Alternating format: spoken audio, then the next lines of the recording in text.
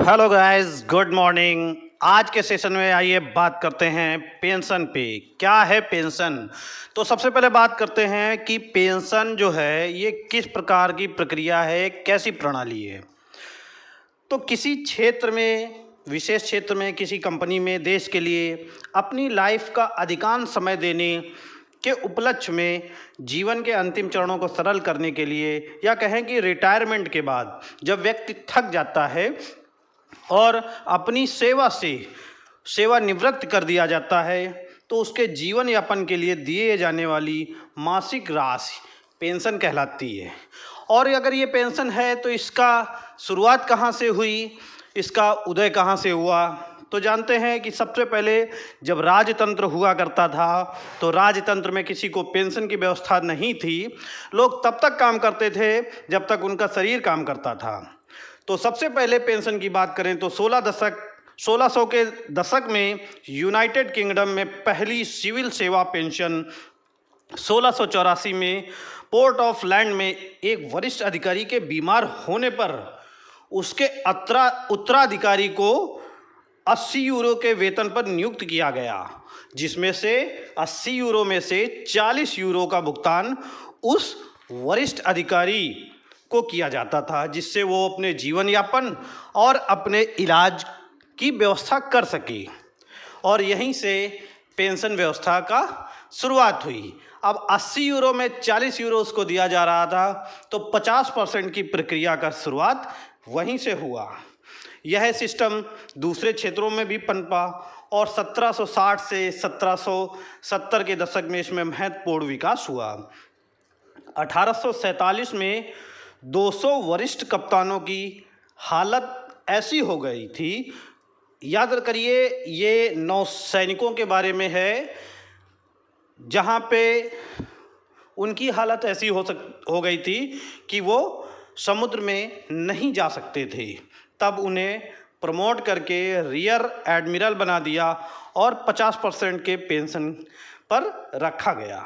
समय के साथ साथ रॉयल कमीशन की रिपोर्ट में भी इसमें उम्र, सर्विस ईयर जैसे मानक निर्धारित कर दिए गए और 1881 में पेंशन देने की बात कही गई। याद करिए कि उसी रॉयल कमीशन में 1881 में पेंशन देने की बात कही गई। उसके बाद भारत सरकार के 1919 और 1935 के अधिनियमों में यह प्रावधान कर दिया गया। 1924 के रॉयल कमीशन में कहा गया कि यह पेंशन कम है, जो पेंशन दी जा रही है ये पेंशन कम है, क्योंकि जो एक 50% मानक निर्धारित कर दिया गया था उसी के हिसाब से चल रही थी, उसमें बढ़ोतरी नहीं हो रही थी। तो 1924 के रॉयल कमीशन में यह कहा गया कि यह पेंशन कम है।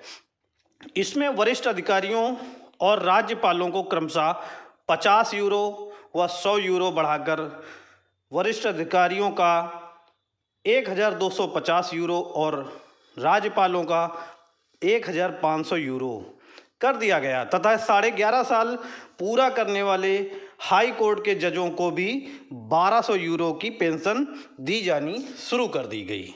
अब पेंशन व्यवस्था तो शुरू कर दी गई। अब आइए बात करते हैं भारत के पेंशन की, कि भारत में पेंशन व्यवस्था जो है वो कैसे चलती रही। तो भारत में जो ये पेंशन व्यवस्था रही, इसकी शुरुआत 1919 और 1935 के अधिनियम के प्रावधान के हिसाब से भारत में इसकी शुरुआत हो चुकी थी और पुरानी पेंशन के नाम से यह मशहूर हुई, ओपीएस। और इसके बाद यह सन 2004 तक चली। 2004 में भारत सरकार के तत्कालीन प्रधानमंत्री श्री अटल बिहारी वाजपेयी जी ने इसको बंद कर दिया। उसके बाद से एक नई पेंशन व्यवस्था लागू की गई, जिसको राष्ट्रीय पेंशन प्रणाली यानी नेशनल पेंशन स्कीम के नाम से जाना गया। शॉर्ट में इसको एनपीएस के नाम से भी कहा गया। उसके बाद 24 अगस्त 2024 शनिवार के दिन एक नई पेंशन प्रणाली सामने आई, यानी ब्रिटिश के समय में जो पेंशन प्रणाली शुरू हुई थी, उसके बाद उसको ओपीएस कहा गया और उसके बाद जो आई उसको एनपीएस कहा गया। लेकिन 24 अगस्त 2024 को एक नई पेंशन प्रणाली की शुरुआत हुई, जिसको तत्कालीन या वर्तमान प्रधानमंत्री श्री नरेंद्र दामोदर दास जी मोदी जी द्वारा जिसको लॉन्च किया गया। और ये कहा गया कि 1 अप्रैल 2025 से यह केंद्रीय कर्मचारियों के लिए लागू हो जाएगी। इसको नाम दिया गया यूनिफाइड पेंशन सिस्टम यानी यूपीएस। अब हमारे भारत में 3 प्रकार की पेंशन प्रणाली प्रचलित हो गई। ओपीएस जो पहले 2004 के पहले जो सरकारी कर्मचारी थे उनको ये सिस्टम मिलना शुरू हुआ, और 2004 के पहले तक जिनका विज्ञापन निकल चुका था, जिन भर्तियों का भले ही उनकी ज्वाइनिंग बाद में हुई हो, उनको सरकार ने या यूँ कहें सुप्रीम कोर्ट हाई कोर्ट के निर्देशों पर उनको अब पुरानी पेंशन मिलना शुरू हुआ है। उसके बाद 2004 के बाद फिर आई एनपीएस और अब 1 अप्रैल 2025 से लागू होगी यूपीएस। यानी कि करीब 8 महीने पहले जो पेंशन सामने आई है जिसको यूपीएस के नाम से जाना जाता है। तो आइए सबसे पहले अब इन तीनों पेंशन प्रणालियों के बारे में जानकारी करते हैं। जैसा कि कर्मचारियों का कहना है कि उनको सिर्फ पुरानी पेंशन चाहिए, लेकिन इसके बावजूद सरकार तरह तरह की पेंशन प्रणालियां ला रही है। जैसे एक पेंशन प्रणाली लाई एनपीएस, दूसरी पेंशन प्रणाली आ गई यूपीएस। तो सबसे पहले हम जानते हैं कि एनपीएस क्या है। एनपीएस को नेशनल पेंशन सिस्टम कहा गया, राष्ट्रीय पेंशन प्रणाली कहा गया। इसका सिस्टम ये है कि इसमें गवर्नमेंट एम्प्लॉय, प्राइवेट सेक्टर के एम्प्लॉय सारे इस दायरे में आते हैं, सब इसको चूज कर सकते हैं। और इसमें ये प्रावधान किया गया कि कर्मचारी के कुल वेतन से, मासिक वेतन से, कुल मासिक वेतन से 10% की कटौती की जाएगी और वह सरकार के पास जमा होगी, जिसमें सरकार अपना अंशदान यानी 10% की जो अंशदान है वो कर्मचारियों का अंशदान है, उनकी पेंशन के लिए या कहें उनकी सैलरी से काट के उनको भविष्य में पेंशन देने के लिए उसको अपने पास वो रख रही है, और अपने पास से भी 10% काट कर मिलाकर वह उसको शेयर मार्केट में लगाने का प्रावधान इस प्रणाली के तहत है। लेकिन कुछ समय के बाद जब एनपीएस का विरोध होता रहा, कर्मचारी इसको अपनाने को तैयार नहीं रहे, तब सरकार ने इसके सिस्टम में थोड़ा सा परिवर्तन किया और कर्मचारियों की वेतन से 10% की कटौती करना शुरू किया और कहा कि अब सरकार इसमें अपना अंशदान 14% देगी। इस प्रकार यह जो 10% और 14% का पैसा है, यह जो धनराशि है, यह इसको इकट्ठा करके सरकार शेयर मार्केट में विभिन्न प्रकार की कंपनियों के विभिन्न प्रकार के फंडों में लगाएगी या कहें शेयर मार्केट में लगाएगी। इसका एक सिस्टम ये भी है कि आप अपनी, जब आपका रिटायर्ड होंगे और 60 साल के हो जाएंगे, तब आपको अपनी लगाई राशि का 60% ही वापस मिलेगा, 40% आपका शेयर मार्केट में लगा रहेगा और शेयर मार्केट के उतार चढ़ाव के अनुसार ही आपको पेंशन मिलेगी। अगर शेयर मार्केट अप है और जिस शेयर कंपनी के शेयर में आपका पैसा लगा है उसकी वैल्यू ज़्यादा है, तो आपको पेंशन मिलेगी ठीक ठाक, अधिक तो नहीं कह सकते पर ठीक ठाक।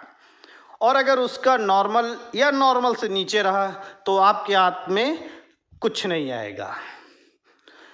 अगर आज के जो वर्तमान समय में जो एम्प्लॉय कर रहा है 60 साल बाद वो जाएगा, या आज वर्तमान समय में लगा है वो 60 साल बाद वो जब रिटायर होगा, यानी 60 साल की एज में आज के 30 से 35 साल वो नौकरी करने के बाद रिटायर होगा, तो उसके हाथ में क्या आएगा? 2000, 3000, 7000 की पेंशन पाएगा तो उसके हाथ में क्या आएगा?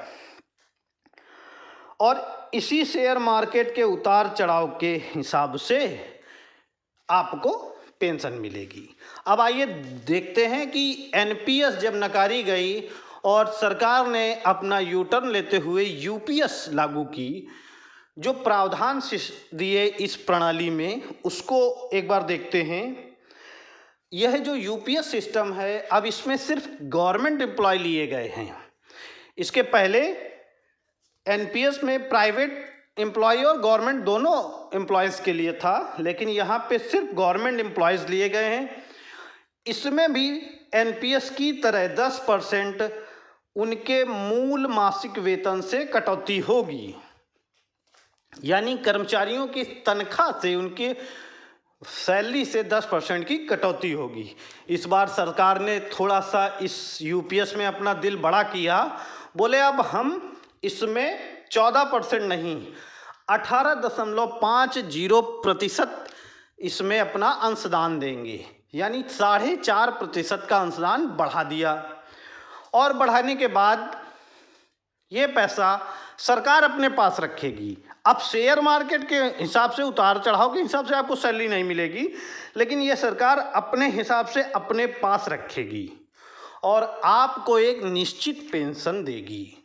आपको बता दें, यूपीएस यूनिफाइड पेंशन सिस्टम एकीकृत पेंशन प्रणाली के नाम से जानी जाने लगी है, और इसमें सरकार आपको निश्चित एक पेंशन देगी। इसमें यह प्रावधान किया गया है कि कर्मचारी मिनिमम 25 साल तक नौकरी करेगा तो उसको, मिनिमम 25 साल तक नौकरी करेगा तो उसको उसके मूल वेतन, पूरे वर्ष के मूल वेतन का औसत, यानी पूरे वर्ष 12 महीने के मूल वेतन के औसत का 50% देना होगा। सरकार आपको पेंशन के रूप में देगी और साथ में ही उसको डीए भी देगी।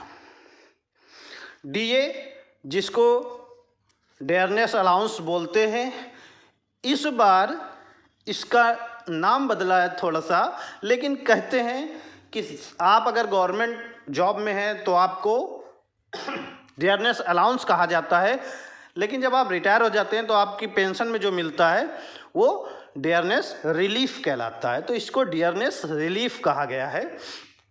आपको डीए के साथ में मूल वेतन का मिलेगा, और मूल वेतन वो भी पूरे वर्ष का औसत मूल वेतन, ठीक है। उसमें एक निश्चित कर दिया कि 50% ये और उसका डीए मिला के आपको मिलेगा। इसके साथ और सरकार ये अपने खजाने से भी देगी, क्योंकि वो पैसा आपसे ले रही है, अपने खजाने से भी दे रही है। वो कहाँ लगा रही है इसका कोई मतलब नहीं, इसमें अभी क्लियर नहीं दिया है। तो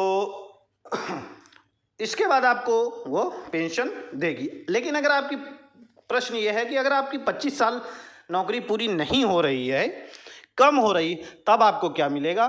तो आपको मिनिमम 10,000 रुपये पेंशन के रूप में प्लस उसका डीए मिलेगा। यह है आपकी मिनिमम। लेकिन अगर आपने 11 साल सर्विस कर ली तो आपको साल का 2 गुना यानी 22,000 रुपये प्लस डीए, ऐसे करके आगे आपको 12 साल का 24, 13 साल का 26, ऐसे करते 25 साल का 50 गुना, ऐसे करके आपको मिलेगा लगभग। तो इसमें भी क्या है, शेयर मार्केट में रहेगा नहीं, सरकारी खजाने से इसको दिया जाएगा। आपकी अंशदान कटौती इसमें भी होगी, सरकार अपने पास से क्या देगी? 18.5% देगी। ये यूपीएस 24/8/2024 को लॉन्च हुई और इसका लागू होने का समय 1 अप्रैल 2025 है।